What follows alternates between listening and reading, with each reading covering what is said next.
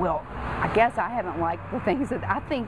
No, I think the education could be, I guess, I talked to an educator recently about it, and he said it's good to have standards of quality, but at the same time, I don't think that we're tying the hands of our educators.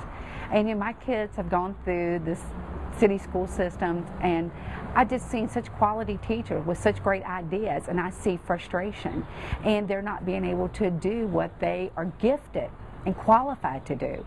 So I would like to see, and I just think about how maybe have the education of different students from different localities, how we would look at things and how we would educate kids from a rural area compared to cities and things, and maybe the opportunities like our county schools have in 4-H and FFA and things like that. So I just think I think we could do a better job at the local level, because we know our children, we know our community. Yeah.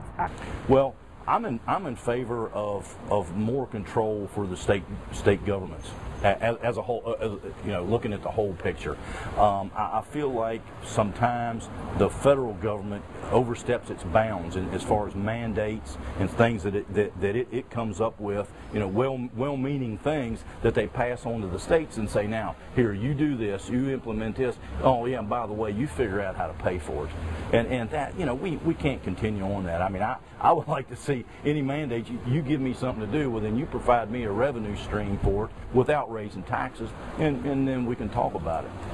And so as far as education goes, yeah, that's it's a very, very near the top of my list. It's one.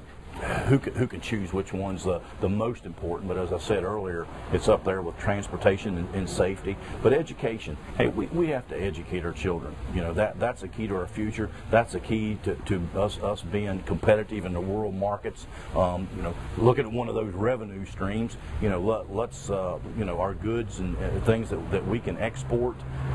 But it takes education from growing crops to developing computer technology. You know, education. So I'm committed to doing what I can to maintain, you know, the revenue streams for, to secure a good education for our children.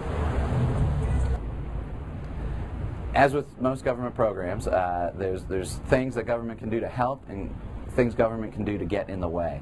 I think in terms of education, we've seen policies and standards set that get in the way of professional teachers' creativity and ability to engage students and teach them on their level. I think at the same time, government has to be involved in terms of funding the public education system. That's one of the core responsibilities of government and one of its greatest opportunities to make a difference in the lives of its current citizens and future citizens.